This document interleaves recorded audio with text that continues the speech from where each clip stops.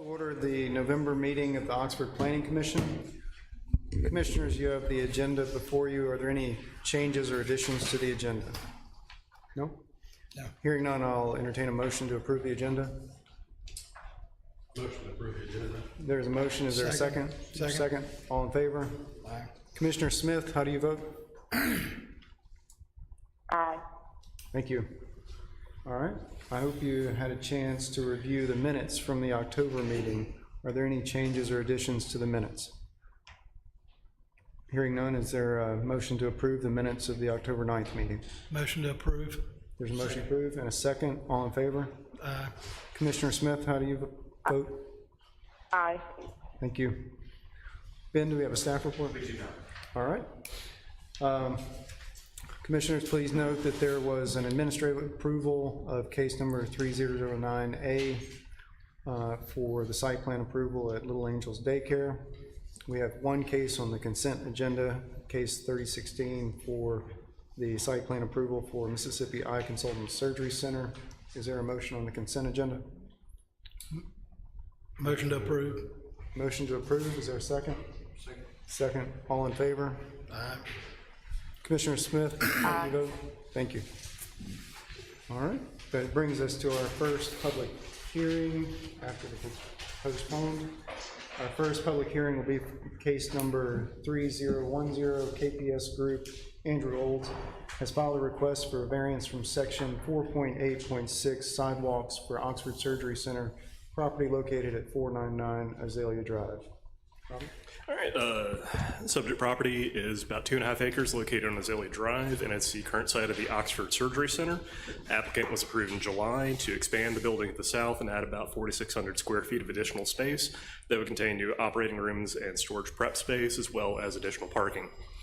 As part of any site plan amendment, applicants are required to bring sites into compliance with existing codes. In this instance, sidewalks would be required to be installed along the public right-of-way, and the applicant is seeking a variance from that requirement. The applicant states that the existing site has a steep slope at the front, and the location where the sidewalk would be installed already has two main drives, a monument sign, utilities, and established landscaping.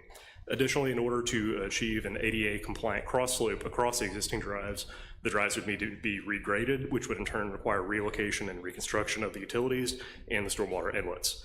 The applicant also states that in granting this variance would not harm the public interest because there would be no other sidewalk in the area that will connect to. The applicant met with the Pathways Commission on October 23rd to receive feedback. The commission was generally supportive of the request, acknowledging the challenges that would come with trying to install the sidewalk, and the commission stated that while there were potential sidewalk users that live at the end of Azalea and St. Charles Place and Glen Alden, and that increasing sidewalk connectivity to South Lamar is a good thing for the city. If the city was looking to fill in the sidewalk network gap along Azalea, the north side of the street is more suitable for construction due to general topography. Staff agrees with the applicant's reasoning. The existing site was developed before the sidewalk requirement was part of the code and was graded without sidewalks in mind.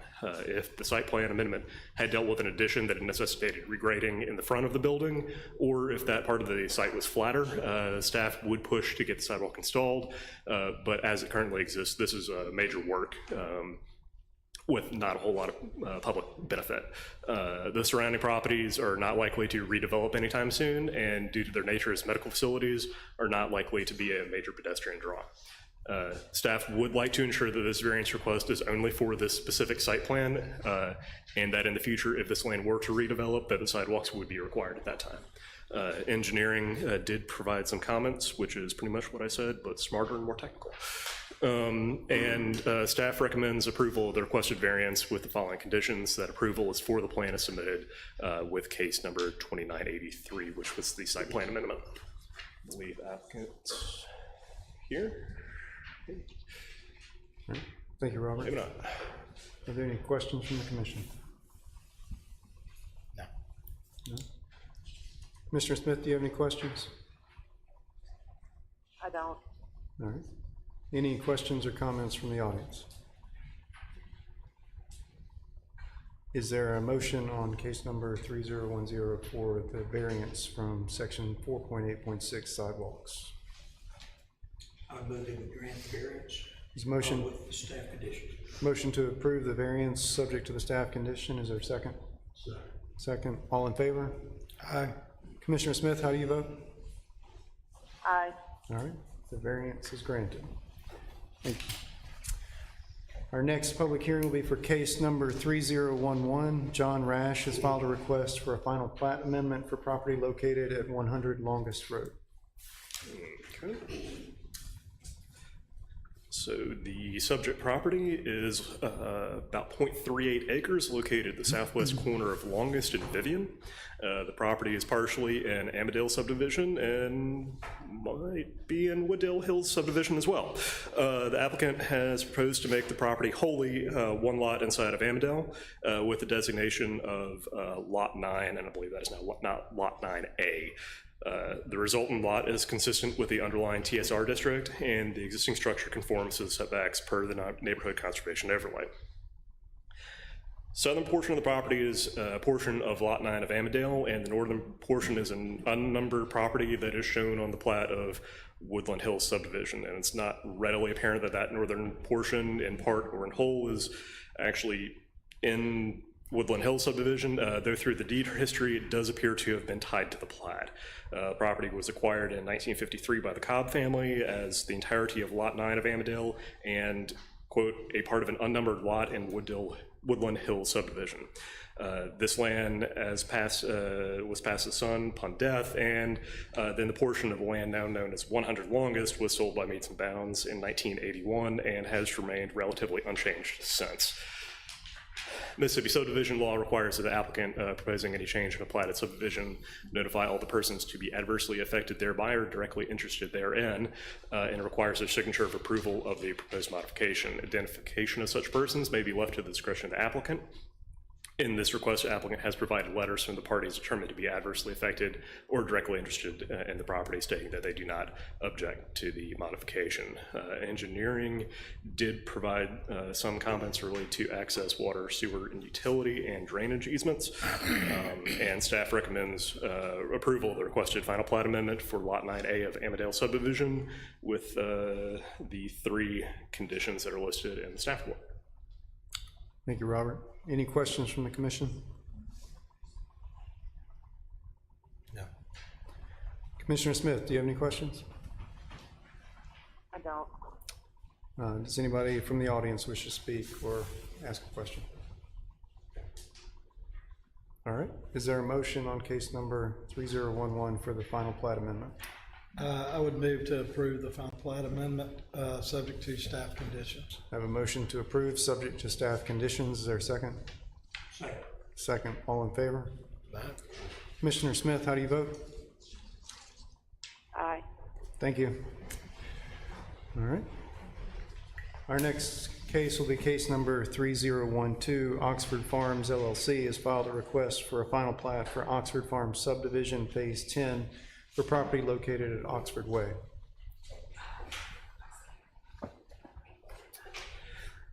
Okay, subject property is a little over 12 acres located northwest of the roundabout on Oxford Way, and is a site of the reserve at Oxford Farms. Preliminary plat of this was approved in June of this year, along with the site plan. This request pertains to a single lot subdivision to facilitate that phase of Oxford Farms, and that single lot meets the dimensional requirements for the underlying zoning. Engineering has a lot of comments, most of which are follow-ups on the preliminary plat staff report. Of note, there are some technical corrections that are needed. We have received an updated construction set from the applicant. We have not had a chance to review it at this time. We expect to be able to do that before this is heard by the mayor and board. Most significantly of that, we've worked out the typical cross-section for the right-of-way. Okay. Staff recommends approval of the requested final plat for Oxford Farms Subdivision Phase 10 with the 10 conditions that are listed in the staff report, and applicant's engineers here if you'll have any questions. All right. Thank you, Robert. Any questions from the commission? on the plat.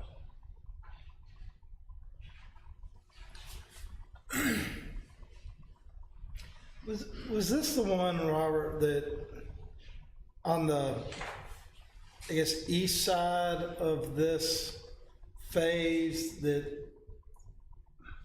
It is. that they were gonna build something, and the question about the use of the parking Yes. places? Yeah. How did that get resolved, or refresh my recollection? I believe that condition was tied to the site plan, Yeah. and not to the plat itself. Okay. So, Okay.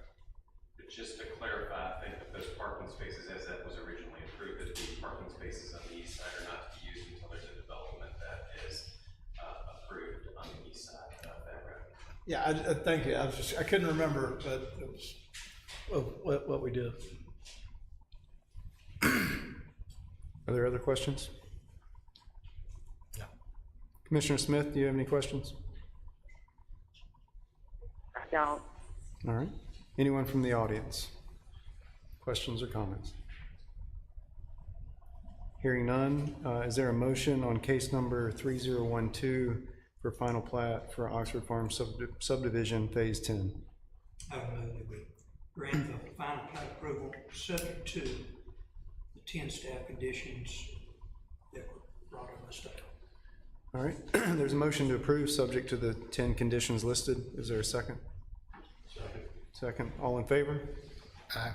Commissioner Smith, how do you vote? Aye. Thank you.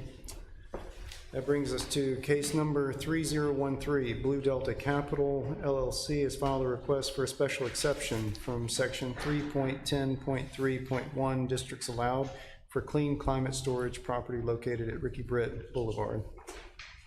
Okay, the applicant seeks a special exception to allow for a climatized self-storage facility in a suburban corridor zoning district. The proposal includes a two-story building with internal parking.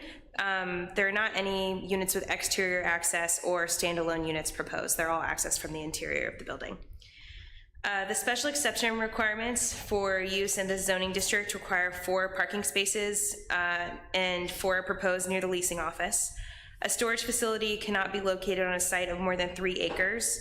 Currently, the proposed site measures 2.78 acres, but is located in a larger, a little over 6-acre tract.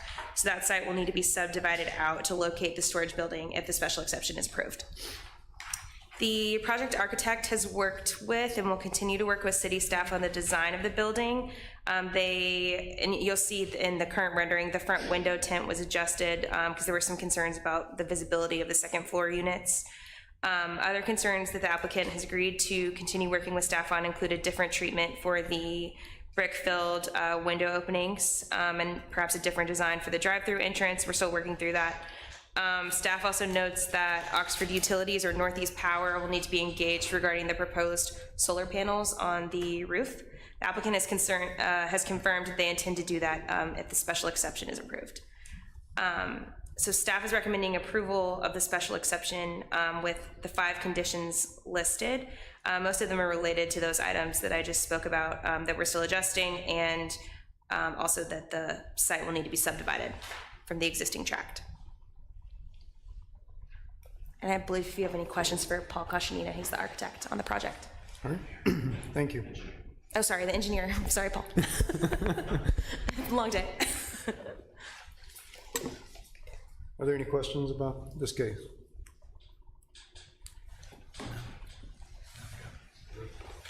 All right. Commissioner Smith, do you have any questions about the request for a special exception for the use climate storage at this property? I do not. All right. Anyone from the audience? Paul, would you like to speak? All right, appreciate it. All right, is there a motion on case number 3013 for the special exception? I'd move to approve the special exception, All right, subject to whatever staff conditions there are. we have a motion to approve, subject to the staff conditions. Is there a second? There's a second. All in favor? Aye. All right, Commissioner Smith, how do you vote? Aye. Thank you. The special exception is granted. On to case number 3014, JWM Development LLC has filed a request for a variance from section 6.1.9 tree mitigation for Muirfield Meadows, property located at Old Taylor Road. Ben? Yes, this property is located on the west side of Old Taylor Road. It's about 31 acres, and it actually has 3 different zoning districts: traditional neighborhood business, neighborhood residential, and suburban residential. The property adjacent to the south is the Faulkner Flats development. Also has commercial properties including Dollar General, My Michelle's, and Lapel's. The property currently contains a few structures. It's been a family home site and farm for many years, but it's primarily vacant otherwise. The development potential based on the 3 zoning designations would allow approximately 267 3-bedroom units. The nature of this request is a reduction in the rate of tree mitigation for the property. Applicant's proposing mixed type residential development. However, site plan has not yet been submitted for review by the Site Plan Review Committee.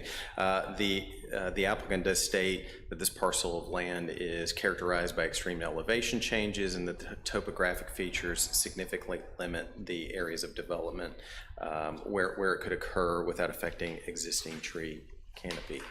A tree survey was provided with the variance application, and as it was originally submitted, the survey indicates approximately 16,700 inches of heritage and significant trees that will be removed with the project. When we reviewed that, one element that we noticed was a significant amount of those trees were listed as shortleaf pines. While they are native to this area, it's not something that we see on a regular basis, and so we question that. And the engineer for the applicant did send a survey crew out there to take a look at it. I provided you with an update from the engineer earlier today with updated tree mitigation calculations, and in fact that was correct. A significant number of those trees were designated as shortleaf pine, and when in fact they were shortleaf pine, although there was 226 inches of shortleaf pines there. So as a result, a total of 10,015 inches of significant and heritage trees would be required to be mitigated, and that would be about 3,831 2-inch caliber trees, or if the developer chose to pay into the tree escrow account, that would equate to $766,200. The site does have a significant ditch that runs through it. The development plan requires a substantial portion of the property to be graded. As a result, most of the trees would be removed from the site. The applicant believes that the topography of the site, coupled with the high density of large heritage trees, presents unique circumstances and hardships in this developing this site. The applicant has also acknowledged the potential to plant trees on site, but the extent of their quantity and location would not be determined until site plan review. On Thursday, November the 2nd, the applicant did appear before the tree board to discuss the variance request, and there was considerable discussion regarding the proposed development and the proposed variance request. The applicant noted to the board that they plan to install frontage and parking lot trees in the development as required by the code, but it was anticipated that some mitigation trees could be planted on site. And frankly, I think the tree board, hoped to have some of that information on hand. And since that time, and ultimately there was a motion and a second for the tree board to recommend supporting this request, and that motion failed 2-2 with a 2-2 vote. Since that time, the applicant did provide a conceptual landscaping plan, and while the plan is conceptual in nature and subject to change, it did indicate approximately 321 mitigation trees that could be planted on the site, potentially more. Could be planted in the site, but that would be something that we would have to review during the site plan review phase when all of the details related to grading and all of the building placements and roads and et cetera have ultimately determined. We do believe that there is that the ditch in the middle of the property is a unique characteristic, and it does create a hardship. There have been few sites with, if any, with this significant amount of heritage trees on it, and which does make it, certainly unique. And the city does continue to face growth pressures, especially with the enrollment increases at the university. It's likely that this trend continues for the next year or two. Beyond that, we don't know. As a result, there is and will be a need for more housing opportunities in Oxford. In order to meet that demand for this school year, the university was forced to take out master leases at several apartment complexes in the community. Staff believes that this will also be a continued trend for the university. We do believe that the location this property is ideal for housing development, being that it has close proximity to the university and access to the South Campus Trail. It's likely that the total quantity of inches requiring mitigation is lower than as it is presented, because significant trees that are in drives or building footprints, they would not require mitigation, but we have to go through a site plan review process to make that determination. There will be considerable loss of tree canopy, but in order to develop the site within the allowed potential of the zoning designations, the site will require significant grading work that results in these losses due to the challenging topography. So staff finds that the topography presents a unique hardship in developing this property, and the reduction of tree mitigation along with the proposed tree plantings and development will result in construction of needed housing for the Oxford community. Staff recommends approval with 3 conditions. Prior to the issuance of a land disturbance permit, that the applicant provide payment to the tree escrow account in the amount of $150,000. The final landscaping plan shall at a minimum include the 321 mitigation trees on the site, and a site plan shall be approved by the Planning Commission prior to the removal of any trees on the site. John Granberry is here on behalf of the applicant, can answer any questions that you may have. Thank you, Ben. I do want to also point out that we did receive 3 letters. They're included in your packet. You all have received them. We did have a letter from Dr. Greg Love, a letter from Matt Nielsen, and then also from Mr. and Mrs. Comer. Thank you. So I think for this one, I think there'll be some discussion. So I think the order of operations will be, if the applicant would like to speak, we'll hear some presentation first, and then if there are folks from the community who want to speak, and then we'll finish up with our discussion. Okay. Okay. John, anything to lead with? Ben covered it. Okay. He pretty much covered everything. Definitely answer any questions anybody has. Yeah, we also understand that. Back up. John Granberry with Granberry and Associates, for the record. Ben did a great job of explaining our request. We know that we have to comply with the land development code as we move forward with the site plan submittal and approval, and we're not asking for anything other than the variance for the trees, and understand that we can't get to that next point until, because we know that this cost burden is so great that the development's not feasible unless we get over this hump, and then we'll move on to site plan and work through all of those issues. Yeah. So, Thanks, John. thank you. Is there anybody from the community that wishes to speak?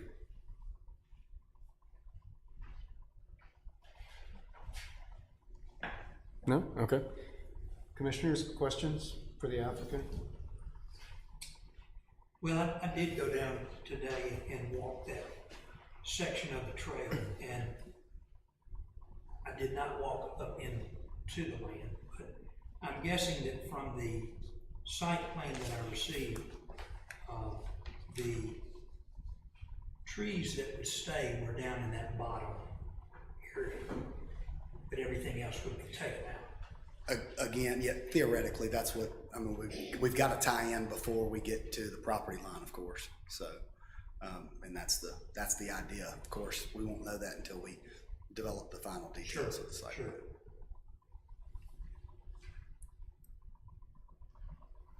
Other questions? And I don't know if this is a question for John or Ben, but just looking at the tree survey with the conceptual site plan, is there not a requirement for a 50-foot buffer around this entire site? There's a requirement for the land development code calls for a 50-foot buffer when adjacent to the trail. But just the part that's adjacent to the trail? Okay, And that's from the property line. So I think if you look at the edge of the trailer, it's about, 40, 50 feet or something there And- from the property line. and I guess my question is, all right, if you have to have a 50-foot buffer, is it the intent to take out the trees out of the buffer or to leave those trees? And if those trees were left in, were those considered in the calculation? So I can speak to the calculations Yeah. for sure. The calculations are a worst-case scenario basis. We know for sure whether there's a 50-foot buffer that cannot be disturbed, or we are able to grade all the way to the edge of the property line and still leave the 50-foot buffer replant. We know that there are a lot of trees that will be remaining when we develop the final details and design of the site plan. We also know that a lot of significant trees will be located in areas that are exempt from mitigation. But we're put before you asking for worst-case scenario with the intent that it's, a lot better. We know it will be, but again, without having the site plan fully developed, there's no way to tell you exactly what it will be. The question as far as what is, that we know that there's a 50-foot buffer, and that irregardless, there will not be actual structures and everything inside of that 50-foot buffer, whether it's disturbed or not. I think we worked through that during the site plan review process and how we develop it. So I can't answer the actual question of whether it's going to be disturbed or not, or whether it's allowed to be disturbed within that 50-foot buffer, I think was the question. But that buffer would be from the existing fence line From the property line. that runs over there. Yeah, so you actually end up with, it's about 48 feet from the edge of the trail, which was also a little semantic argument that Ben and I got into, because I said, well, if it's 50-foot buffer from the edge of the trail, let's make it from the edge of the trail. We were just discussing things, but regardless, he said it's from the property line. We're aware of that, and that's where we'll measure it from. And Kirk, to answer the other part of your question, typically a buffer is to remain just as that, a buffer. It's usually undisturbed. Yeah. Although there are, from time to time, you do have the ability to put in certain things like infrastructure. That's the only way to have like a sewer pipe or Sure, some sort of sure. utility connection. It's Yeah. allowed for that. And sometimes you have to put in retaining walls Right. along those edges. That's to be considered. But that would be something that would have to be considered as part of the site plan. Generally speaking, it's to remain undisturbed. Additional questions? In your meeting with the tree board, what was the consternation with the tree board? I mean, I understand. It's not a loaded question, but But was it money for mitigation? Was it total removal of the trees, or? we presented the same thing, everything except for the landscaping plan that you all see, because that was one of their big requests was, well, they wanted to know what could go back in, what is going to go back in. And even though we talked through the situation that it is conceptual site plan and we don't have an actual design site plan, they still want to see the landscaping, a potential tree planting schedule and layout of what could be replanted. And that's the only thing that you see that's different. We presented this the same way to them with a full removal, hoping that it's a wash. Who knows? But we did present with a full removal, and then I think a couple days later, it was actually the Monday following that Thursday, we provided the landscape plan that showed that the additional plantings that they'd asked for. So I did follow up on a couple of different things. For instance, on the tree mitigation, the project, and this is my understanding, so if I'm wrong, y'all please tell me. My understanding is that, for instance, the money that goes into the mitigation fund is then used for different projects throughout town. Is that right? And so, for instance, at at the new police station, that mitigation amount that it's gonna cost the police station is like $16,000. The amount that the mitigation is gonna cost, or that's gonna come from the mitigation fund for the new road going to Brittany Woods was like $7,500. In my mind, you're looking at $23,000, $24,000 for a pretty small project. In my mind, $150,000 is not a lot for the tree mitigation fund. Now, I realize as a developer and needing the houses and all those things, you know, that's a lot of money.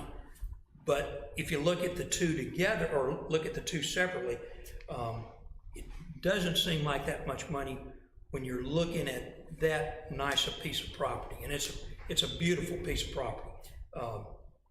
The Comers have a beautiful piece of property there. And I think it could be a great development for the city as far as people being able to have something close, well-maintained, near the campus and all that kind of stuff. I'm just wondering if that $150,000, if the mitigation fund could not be larger, or the buffer be more. And I'm not a developer, so I'm not trying to be. I'm just trying to figure out what's going to be best for the community and the trail, because it's a beautiful stretch. It's a beautiful piece of land. It's going to be a great development. How do we all come to a consensus on what makes sense for everybody? Right.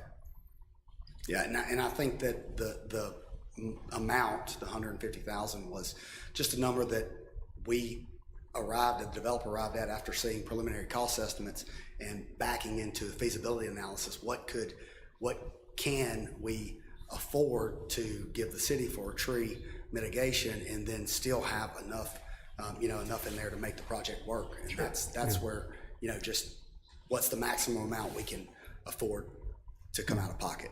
I'll also say that the 321 trees is another 150, so it'll be 220, roughly 225, another $75,000 worth of trees that you're looking at there that would be planted on site. That's also a minimum. Again, we're committing to at least plant that many, and then that's not counting the required trees, street trees and parking lot trees and things of that nature, the required plantings. But anyway, so it's not just the 150. It's also the additional 75,000, and then anything else that we plant on site. Yeah, I guess to build on that, you can say it both ways. $760,000 is a lot of money to come out of pocket to get started. 600,000 relief is a lot of money as well, right? And I think there are a lot of issues here. There's the ability to develop a property at all with that kind of cost. I understand that. There's the trees themselves, the value to the community of the trees. I think the tree board probably spoke to that. There's the integrity of the trail that runs next to the property. And then, as staff has brought up, there's the value of the housing supply that it would contribute. I guess I wonder if there can't be some other compromise that's not necessarily additional money out of pocket in addition to that $150,000 mitigation. But, the trees are valuable, but I think, the trees and the trail combined, those trees are most valuable near the trail. And so, for the city to one of the big problems I think the tree board had was the lack of information. You said this is a worst case scenario. Not saying anything about you or JW or anything, but if we grant a variance from the full deal, then we have to expect that all of those are going to get cut, right? And having more information about what actually we are getting in return would help. But I understand the cost of a site plan and all that. So I guess the compromise I have in mind to discuss is, what if we talk about an increased buffer along the trail that's undisturbed, like say 150 feet from the property line instead of the 50-foot buffer.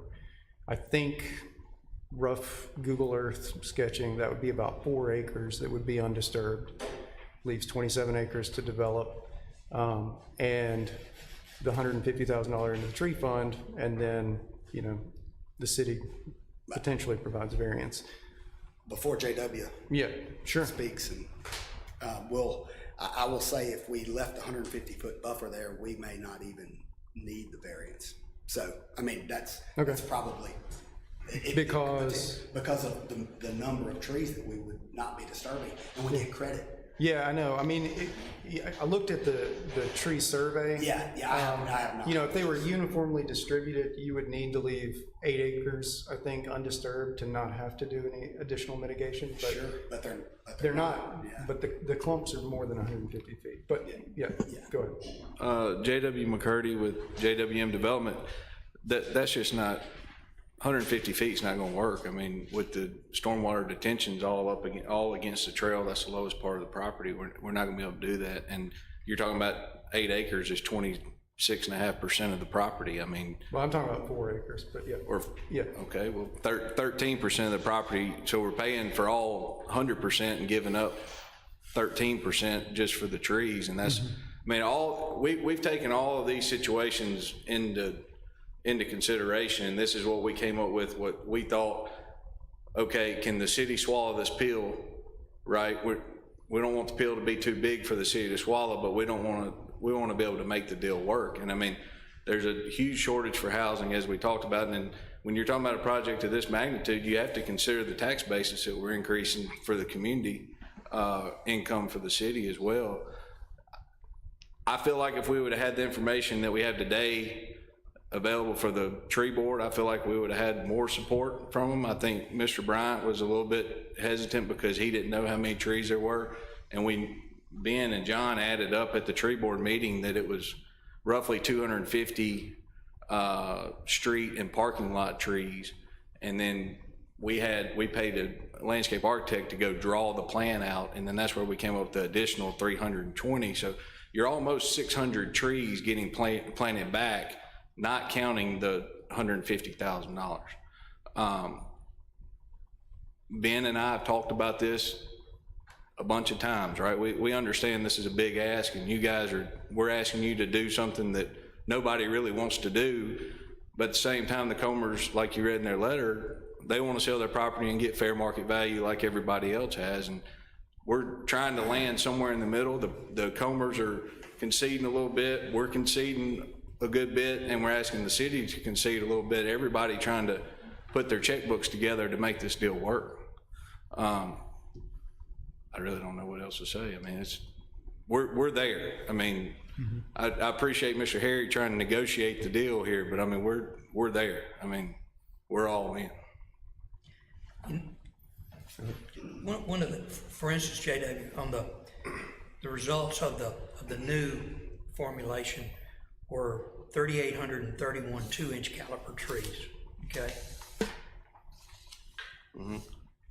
Under that November the 13th update, which is a contribution of 766,000. So, but if you're looking at 321 trees, if you say a 2-inch caliper tree, you're looking at 640 some odd inches, right? So you're still off over 3,200 inches. I don't know what that comes out to or how the city figures this tree fund at $766,000, but that's still a lot of sway, 75%, you know. 75% ask. You know. I understand that it's a big ask, yes, sir. I completely understand that, and Sure. I mean, but we're there. I mean, on the money, when it all shakes loose, we're there. I mean, just take, for instance, I mean, the city, you know, the city always says we've been doing, however long we've been doing this, is we don't want to talk about money, right? Whether it's historic preservation or planning commission or whatever, we don't want to hear about the money. Either make the deal work or you can't. And we've squeezed and pulled and pried from what can we sell these things for? What can we rent these things for? Can we make the street 2 feet narrower and keep it private roads? I mean, we have done everything possible. This also, like John said, and I think sometimes he talks too fast and he's hard to understand. Like, you know, a lot of these trees that are on here will not have to be mitigated because they'll be in the road or they'll be in a building or within a certain number of feet of the building, whatever exact lingo is, but those won't have to be mitigated. This is worst case scenario. And it doesn't, even though those don't have to be mitigated, they still get cleared, right? Because there's a building where the tree was, but since there's a building there, you don't have to pay for the tree. So what we did was we took worst case scenario and not taking any of that into consideration. So although the ask seems big today, the ask is not as big as to you guys as it seems today, but our give is staying the same.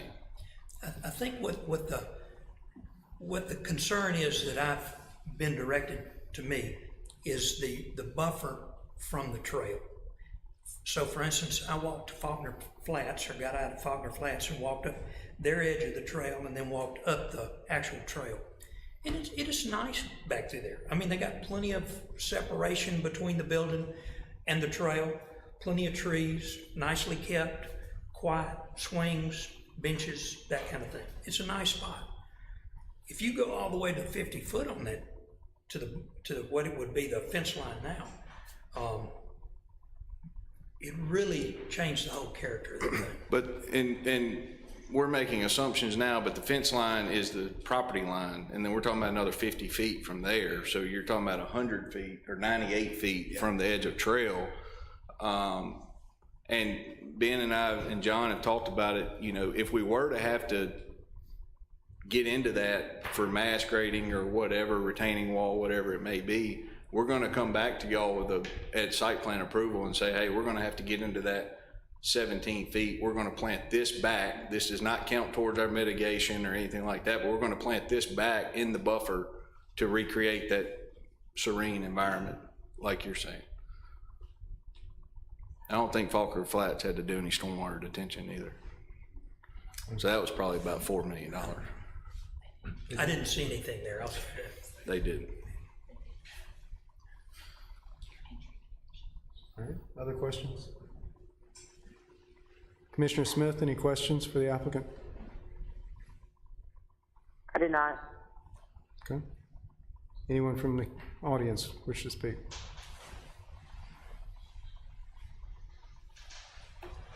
All right. Thank you, guys. If there's no further discussion, I'll entertain a motion on case number 3014 for the variance from tree mitigation.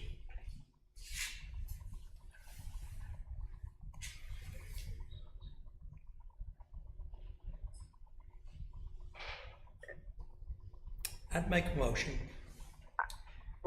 that we grant the variance, that request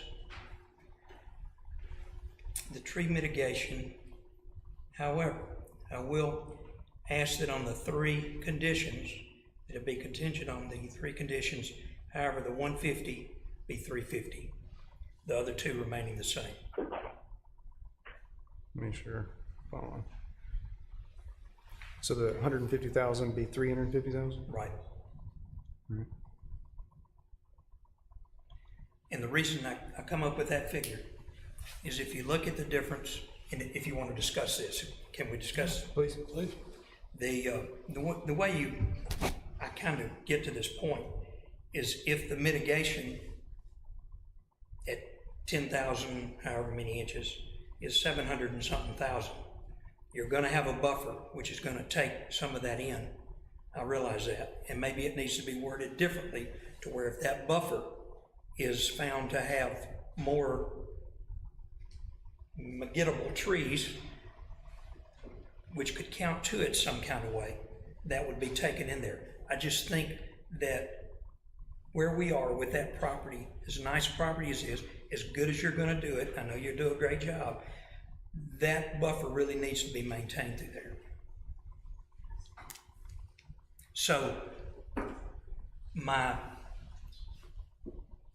motion is to accept the variance with the three conditions, with the payment to the tree escrow amount in the amount of $350. Okay, everybody understand the motion? And 2 and 3. I'm sorry. I'm having a really hard time hearing the explanation behind the 350.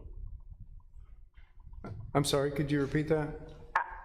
I'm having a hard time hearing. Period. That I can't. Okay. I did not hear the explanation behind the The 350. the motion is to approve the variance, subject to the conditions with a modification to the first condition. Instead of the payment to tree escrow account of $150,000, it would be $350,000, according to the motion before us. All right, so I heard that part. What I didn't hear was an explanation how the amount came to 350. Can you explain it again, Trust? In the documents on the November the 13th update that you might have gotten in the packet today, it shows a total of 10,015 inches of significant and heritage trees. That's would be a result of results in 3,831 2-inch caliper trees. If the developer is only going to add 321 at a 2-inch caliper tree, you're looking at 600 inches or somewhere about there. You're still 3,200 inches off of what you're asking the variance from, okay? And so if we can come to either a buffer or an amount that's closer, I think, for the community that can make all this rationalize it, then everybody wins. I know, we're talking money here and every cent counts, but I think for what the trail means and can mean long-term for the community, like a Tanglewood Trail or something like that, going as far as you can go, north and south, this trail has a lot of benefit. Now, I understand your process on the taxes. Huge amount of money coming in. But what makes this town special are little special things like this. And I think this is one way that we can keep that as it is, hopefully, some kind of way. We can come to some kind of conclusion there. So, hang on, we got a motion. Let's see if there's a second before we continue this. can you pull your motion back? I mean, because that was kind of... Well, let's see if there's a second, and if there is a second, or if there's not, we'll proceed. I'll withdraw the motion. You withdraw? I'll withdraw the Yeah, motion. because here's the heartburn I have with your motion. So we're basing our 320 trees and $150,000 on a total mitigation amount of $766,000. So that's about 29.6% is what we're asking for, basically a 70% variance. What you said was 350,000 and then add the 75,000 in trees, the 320 trees at roughly $200 a piece or $250 a piece is 75,000. So that's 425,000 for a total of 55.5%. So basically you're granting a 45.5% variance from what worst case scenario is. I'll take your 45.5% variance on what the actual number is. If that comes, for instance, all right, Because I don't think y'all realize how much that number is going to go down when we put the roads and the buildings on there. But also, JW, you're asking us to just grant you this variance and say, trust me, it's gonna be better. And I don't have any reason to disagree with you. Yeah. I just think that there, people who are gonna call us and say, well, now you're giving it to him, he can go bulldoze the whole thing. That's what's going to happen anyway. You can't develop the property without bulldozing the whole thing. That's what I'm trying to explain to you. well, And the 766,000 is if you bulldoze the whole thing and built one building and that wasn't under, what was on top of the pine trees that are small enough they don't have to be mitigated, and there was no other buildings. I mean, when you start putting all these buildings on there and roads and roundabout and sidewalks, that number goes down quickly. which goes back to what JR was saying on the buffer. And I think the buffer is the main thing. I don't know if that's a 50-foot buffer, 150-foot buffer, or whatever it is, But that buffer is what, I don't think it makes any difference what the guts of the place is. I mean, it does, but it, you know, that's not what I think people are concerned about. So, I think that, in my opinion, and I'm not on the planning commission like you are, but in my opinion, planting something back that would actually be more of a buffer than a complete canopy trees that you can see 100 yards through would be better than seeing under the oak trees to the houses if you don't want to see the buildings and the houses. so what if we structured it differently, and instead of it being a $350,000 payment, what if it's a ceiling on what the payment is? Right, you don't pay any more mitigation than whatever, 350,000. If you wind up needing to mitigate less, you pay less. If you wind up needing more than $350,000, you don't have to pay more than $350,000. I mean, to me, that gets at, the central issue is whether the property can be developed or not. But if you think you're gonna come in lower than that, So Harry was at 55%. So I mean, what are you thinking, like?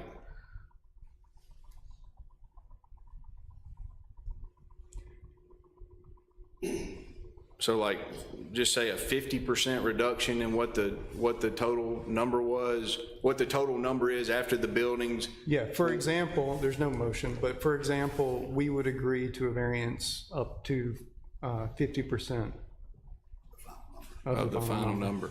Yep. And you mitigate what's necessary based on the site plan that you come forward with. I'd do that. I do. I like that. Staff, Good comment. reasonable? Okay.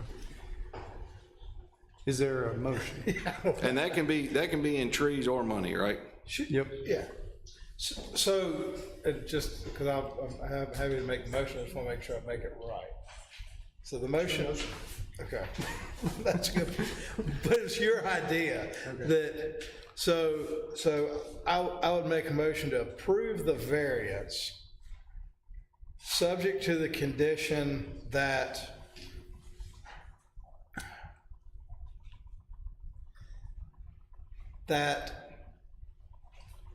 when the site plan is proposed, would it be when the site plan, or would it be built, the mitigation would come into play? If I could make a suggestion. Yeah. I think it would be to approve a variance for tree mitigation required by the site plan in excess of whatever half of the estimated figure is. Well, it'll be an exact figure if we're here for site plan. I mean, we'll know. Yeah, but I'm saying that the current figure is 766. Whatever is in it exceeds that will be a variance. So whether it's $1 million or it's 500,000, we would owe y'all half in trees or. No. Not half of whatever the mitigation cost is. This estimate, the worst case, 766. Yeah, so let's make sure we understand what the proposal is. No, we don't want to do that, no. Yeah, half of the final number, so it'd be 50% of what would be the total mitigation. So whether it's 766 after the buildings are on there, or $1 million, or 1.5 million, or 500,000, we would say, all right, we're gonna plant back that many trees, or we're gonna write you a check to get land disturbance. To half of, yeah, 50% of that. So if it comes back at 500,000, they owe us 250 in trees or money. That's right.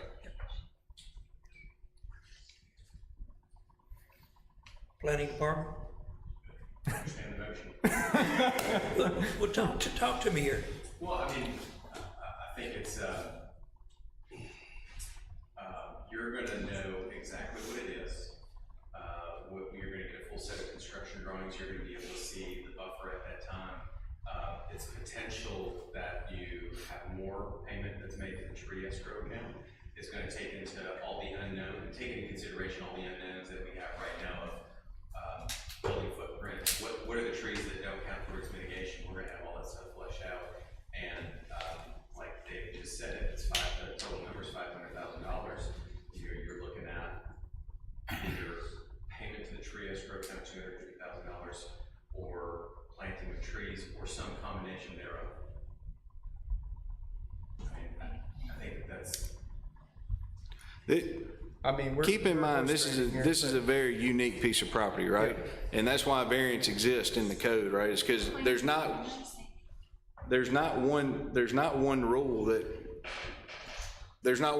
that can just master every piece of property in Oxford. This property is 30 acres in the city limits and has 3 different zonings on it. I mean, this is a unicorn. I mean, we're trying to make it work, but it's a little bit of a square peg in a round hole. And it's, you know, maybe the Comer should have sold it before it got annexed, but we can't cry over spilt milk, right? I mean, the Comers have done their part financially. I feel like we've done our part we're agreeing to do our part financially. Harry, I'm gonna let you make the motion. You say no. Well, we've got time here. How about 100% of the mitigation up to 150,000 and half of anything above that?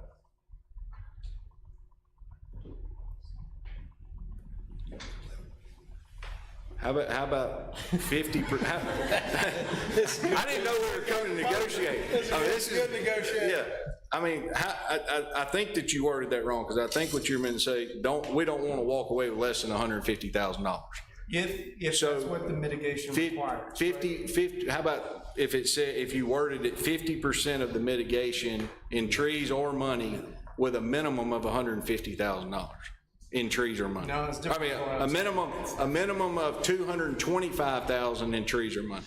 No, what I'm Because that's saying what we're offering today. That way you're not gonna get any less. If it comes back and you need to mitigate 75,000, you mitigate 75,000. If it comes back and you need to mitigate 200,000, then you mitigate 150 plus 25 on top of that. That's what my suggestion is. Half of anything above 150 that is required by the code. Half above 150. 100% up to 150 and then 50% anything above 150. So if it's 400,000, Then you're, it'd be 250, 125 plus 150, 275. 225. But there's no minimum. Minimum 150. if you don't need to No, he said there's mitigate no- the 50,000, Yeah. then you pay 50,000. Yeah. But I think we need to say with those 321 trees, 10 and 150. So Well, that's part of the payment, Yeah, it's part of trees or cash. trees or money. up to 225 and a half above that, or whatever that number is.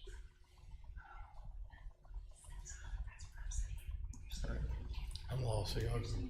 So, yeah, I mean, conceptually, I agree with what you're doing. I just don't know how to Just to work. clarify, just making sure, we're talking mitigation trees, we're not talking about parking lot trees, frontage trees, any of that stuff. Anything that is Anything required to be mitigated, yeah. Whatever the final total is from site plan For mitigation.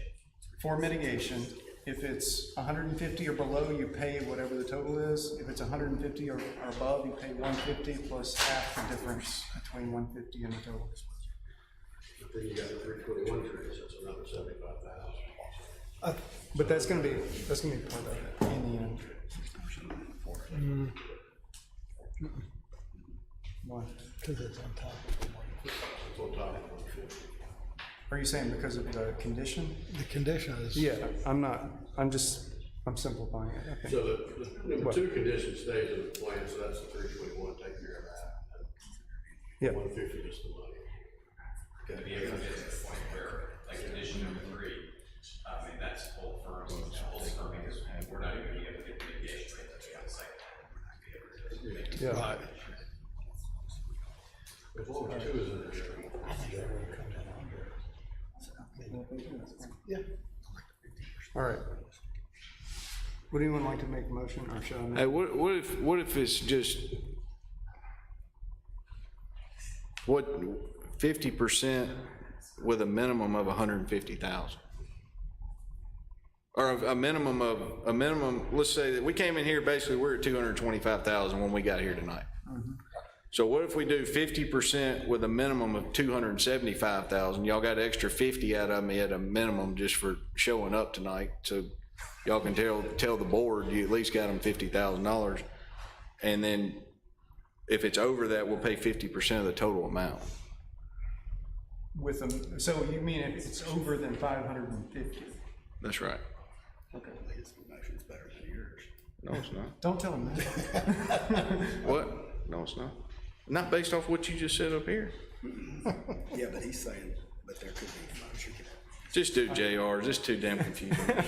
I would like to make a motion that we grant the variance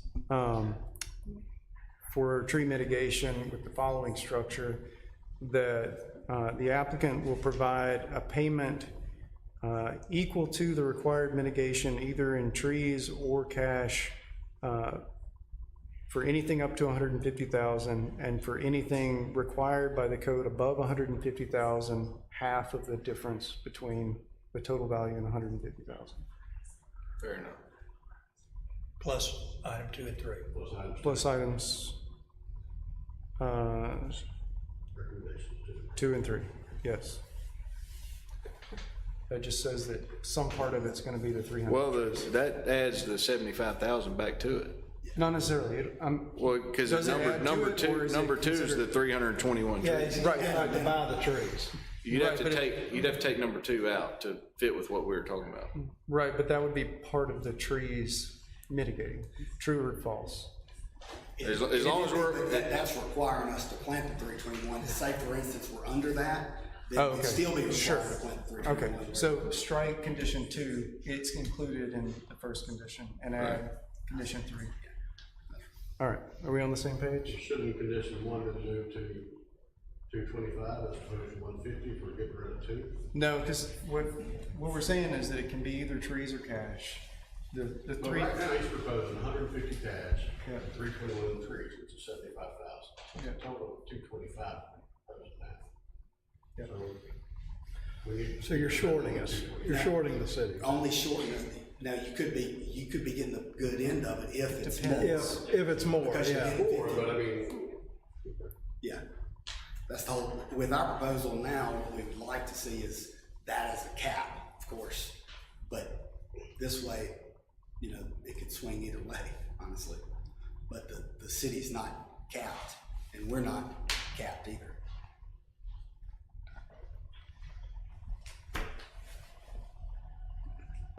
I'll second that motion. Yeah. there is a second. Any further discussion? No. Commissioner Smith, still with us? I am.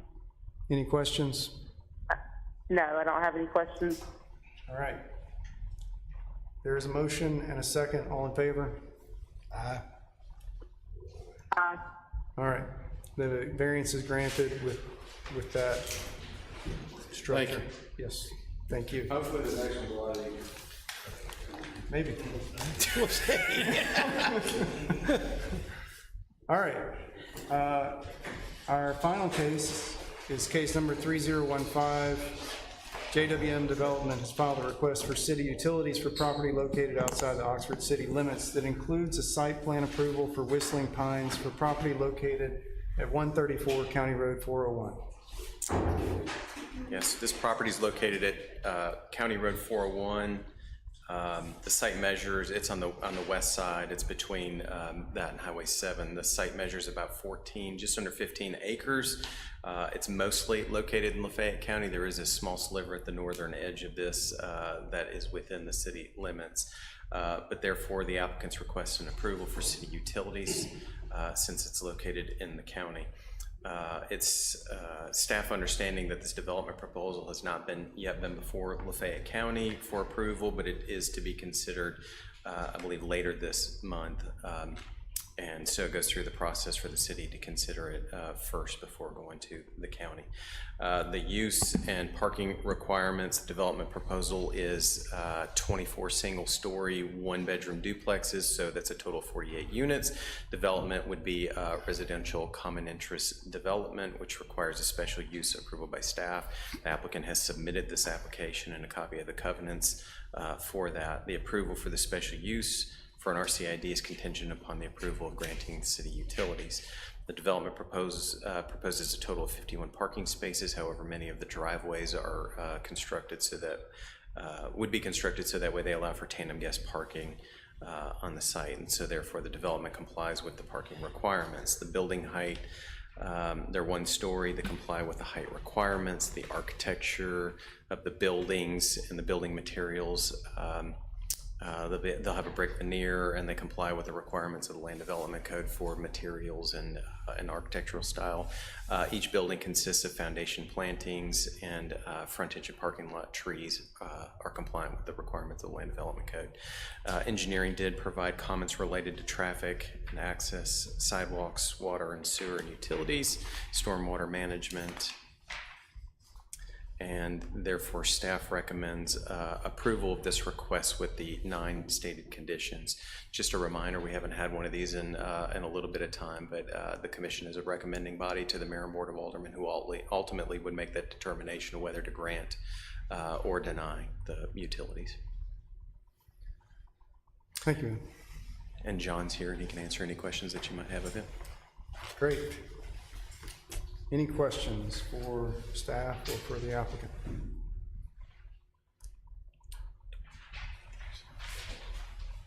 Gentlemen? Commissioner Smith, any questions on this one? No, I don't have any. All right. Anyone from the audience wish to speak? John, do you want to alter the proposal at all? No, okay. Yes, ma'am, please come forward and state your name for the record. And I may be bringing up things that aren't part of this, so just warn me. My name is Margot Reeves. I've been a resident in South Point for over 8 years now. A lot of our main concerns is the fact that this was 14 acres back there, and pretty much there's hardly any trees left on it whatsoever. It's a very hilly property if you've been by it. I live on a hill myself, and we've already had a couple of plots, in our neighborhood that we can't build houses on because of the fact there's so much drainage coming from that area. And, I live on a hill myself, so my water runs off to everybody, and that's a big concern back there. And if you look in the, here, there's like 5, I think, water retention things. And I'm not sure about the buffers and all that kind of stuff, but it looked like to me that it's only 20 feet from the property line of some of the residents in our neighborhood. And if you look on maybe it's page 7, it shows a ditch flow line. And from what I understand, that's where the water pretty much is running now. And that goes right behind the residents, mostly in our bottom loop. If you go down there, it's in just a circular area, and they have major problems when it rains already.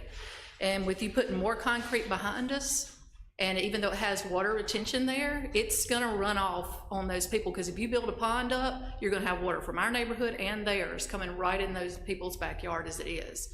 And then another concern of mine is I think we've had 2 water main breaks, and I think they've been on city lines back there behind our neighborhood in the past 2 years. It's either 2 or 3, because one was just like a month ago or so. And that's another thing. And there was a lot of questions in here that they had about it. One was where I saw they said that they're using, I think it's a 12-inch ductile iron city-owned water line located along County Road 401. The proposed development is requesting an 8-inch water connection. I'm not sure how 8-inch goes into 12 inches, but that's something that it seems like it's a lot of ask already. And with that being so close to our line, the buildings are like 100 feet from, I believe, the city line, but there's not much of a buffer. If you walk in somebody's backyard, they're gonna be a pond right there. So that's some of my main things, plus the increased traffic that's all gonna come on 401. A lot of those people that live back on 401 cut through our neighborhood as it is to get out on the main highway. So that's another concern we have. And it says a lot of this is a contingent on the fact that it was a wooded area when all this stormwater was taken into account, and it's not wooded now, so that's some of my main concerns. Thank you, ma'am. John, do you want to speak to the drainage issues? Sure.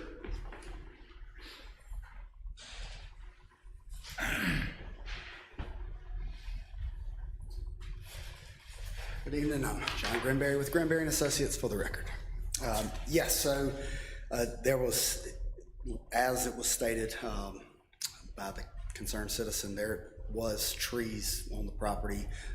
Through forestry and agricultural practices, the owner decided to forest the trees. So when we submitted site plan and through initial design, though, there were still trees on the property, but after we submitted site plan, City of Oxford then said, of course, now that there's no trees, we have to prepare for the potential to flood somebody downstream. Of course, that's when we now have, as you'll see as you look at the site plan, 5 separate stormwater retention ponds on an area that's only a small portion of it is going to be developed. Now, the reason for all those ponds is to prevent exactly what the concerned citizen is concerned about, and that's flooding the downstream landowners.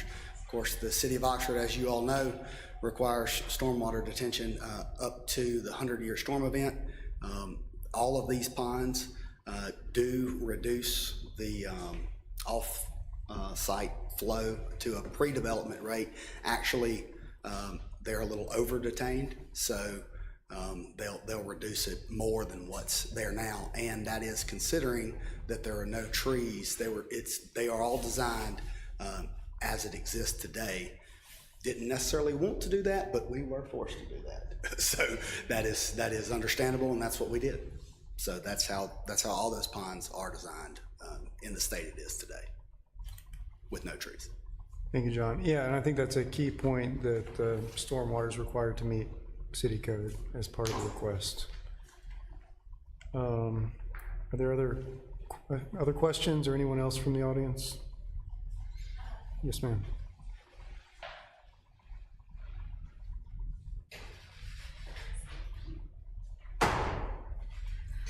Hi, I'm Chelsea Boyd. I'm also with South Point. I was wondering if you could speak a little bit more about that 20-foot buffer that's going to be between the back of the property line in question that butts up to South Point. You know, as you were just mentioning with it clear cut, are there any plans to try and, you know, replant there to help mitigate? Because I know, personally speaking, my house in the middle of South Point is at the bottom of one of the hills that was clear cut whenever that subdivision was built, and the lot next to me perpetually stays wet and damp from runoff, and I can't imagine how that would, you know, be if it was my backyard. I got lucky in that regard, but there's 6 houses along that property line that I have concerns for. And then as far as the retention ponds, I'm not an architect or surveyor or anything, so I'm not for sure. It looks like there's 2 that butt up to the property line that adjoins with South Point. Are those within the 20-foot buffer or right at? So I was kind of concerned about that as well. Yes, ma'am. So the stormwater detention is allowed to be built in the buffer, Okay. According to the code. So those two on the north end are in the buffer.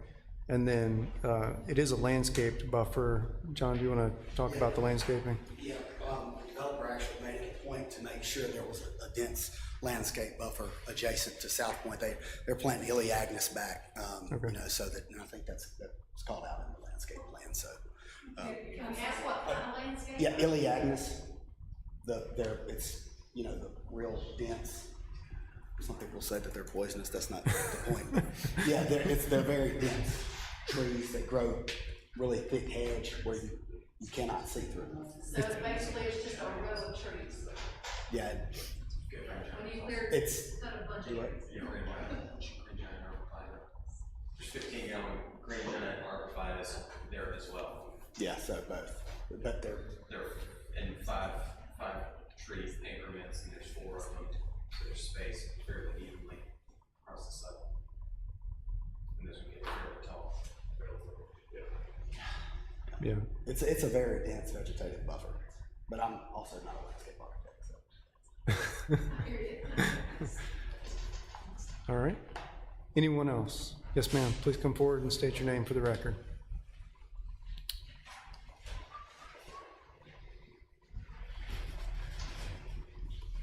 Monica Hearn, also from South Point subdivision. And the new landscaping is updated information that's not in this proposal that I have right now, because I didn't read about the landscape. The landscape plan is part of submittal package. I don't know that. It's not on what I have. Okay, thank you for updating that. There were a lot of engineering comments, and in the very first paragraph that I read, it states, regarding items that the city has authority to require changes, the stormwater management system is the most critical to ensure that there is not a negative impact to city residents within the drainage area or the adjacent city right-of-way. Well, we are those city residents. And so I'm wondering, what is the assurance that there's not going to be a negative impact? And how is that going to be like written down so that we can, if a few years from now, what recourse do we have if there is some kind of negative impact? Yes, ma'am. So the stormwater requirements, there's a stormwater ordinance that lays out the requirements for the stormwater design, and it has to meet all those. That's one of the conditions for approval, is that it's contingent on the approval of the stormwater management plan that the city reviews. And Rihanna, you can talk more about what goes into that and what the assurances are down the road. Hi. So we require it, even though this is in the county, they're requesting city utilities, and that is why we are requiring them to meet our standards for construction, particularly for stormwater management. And that is why we are noting that we're reviewing it. So we're reviewing it to meet all of our standards. And our standards are, you have to meet the 2, the 10, 25, and the 100-year storm events. So we require smaller storm events and also larger storm events in the county so that we can manage basically whatever rain events we get. So you don't get a small event and you can still get a ton of water pushed off on you at one time, or a large event that's not accounted for. And we did put a condition in here, which this is the first time that we've applied this condition, but we did put a condition that in order to maintain the water service, we're clearly noting that if they don't provide us a, I've gone blank, but The covenants? the stormwater certification, I apologize. Their engineer at the end has to survey the stormwater detention, and he has to certify and stamp that it's been built to the approved plans. So if they don't provide that within 10 days of asking for a certificate of occupancy, then we're also going to stop providing water. So they come here tonight and they're asking for utility services contingent on them meeting our standards. Because it's in the county, it's harder for us. Like we can't impose fines on them, I don't think, for, you know, the same way we can for if you're inside the city and you don't follow a site plan. But what we can do is note very clearly that the service that they're asking for is contingent on meeting our standards. So they have to provide that certificate, the stormwater certification upon completion to say it's all built correctly. They have to note if there's any changes. So if something came up during construction and they couldn't build it to the plans, they have to go and remodel, do a new stormwater model to show that they are meeting those requirements. And we are heavily scrutinizing the stormwater because we are very aware that that is discharging into that neighborhood and also into our right-of-way. And so we do want to make sure, obviously, this development's getting city utilities. We want to make sure that we're not going to allow something that would have a negative impact on our city residents. Thank you. Yes, we appreciate that. So if those residents down on Shady Grove Loop that's backed up to this property experience damage, erosion, whatever, then what should they do? What recourse? So do they come I think, to you? Well, I think that's a great question that I can't answer regarding erosion, because and stormwater management. So as far as what stormwater management would look like, that would come to us would be if there was an increased, if the water is changed beyond what what's been approved. So if but the way that would happen is if they don't build it to the standards. So if they don't build what we've approved, then that is the point where we would say, well, you don't get water services. But as far as what I think you're looking at is water that brings silt and sediment and erosion with it. And Okay. those are two different issues. Yes, I understand. So the water, what we're managing with our stormwater management is how much water, how quickly it's getting to you. But the silt, the erosion, that's a great question because the city has ordinances regarding silt and things like that on other property, but I don't know how that works when you have a city and the county tied next to each other. I'm not sure I know how to answer that question. I want to tell you that if you call and say we're getting sediment on our property, that our police department would respond. But I don't know. I'm not sure how that works. I would say that if they don't address it, we may just withhold utility services. And maybe that's something that the planning commission could address with a condition. I don't know. That's a great, unique question. Well, and it's a kind of a unique situation. And so my thought is, and then that it may be premature. If we don't know the answer to that question, it might be premature to approve this. And also, given that on the last page of the site thing that I have, the staff recommends approval of this request for city utilities with the following conditions of approval, and there's 6 of them. And none of them have come to pass yet, as far as I know. So for those 2 reasons, it just makes me wonder if this is not premature. Is this usual to ask for city water and sewer before you even propose something to the county supervisors? So, Or is this unusual? yeah, so multiple questions.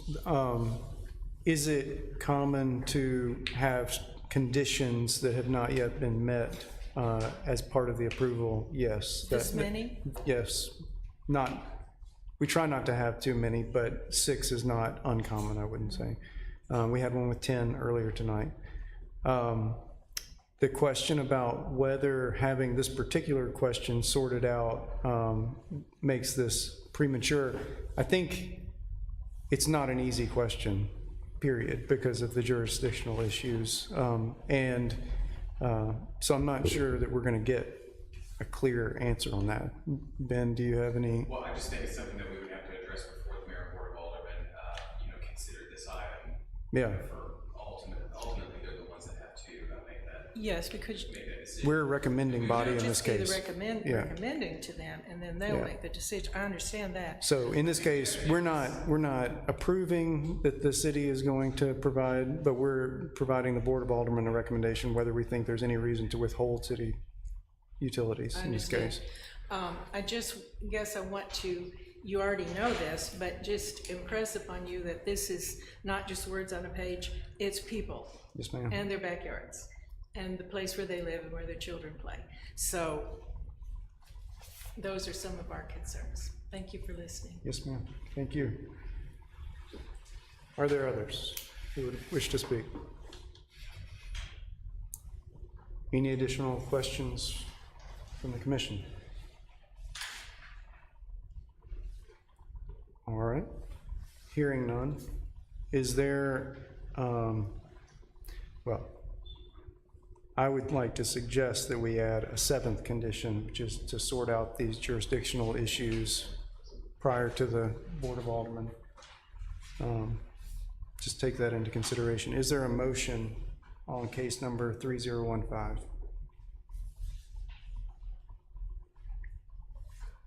I would move that we grant the city utilities for the property located with the 6 conditions and adding a 7th of sorting out the jurisdictional issue that we have between the city and the county. All right. And 1 second, please. Yeah, I think that's a numbering issue on those conditions. I think it's actually Okay. 9. It is. Should be- Okay. Oh, it should be- it is. Okay. Yeah.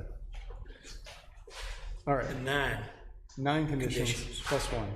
plus the 10th of the jurisdictional issues between the county and the city, which would be, Leave it at that. okay. There it is. All right, is there a second? Second. There is a second, all in favor? Commissioner Smith, how do you vote? Aye. Thank you. Aye.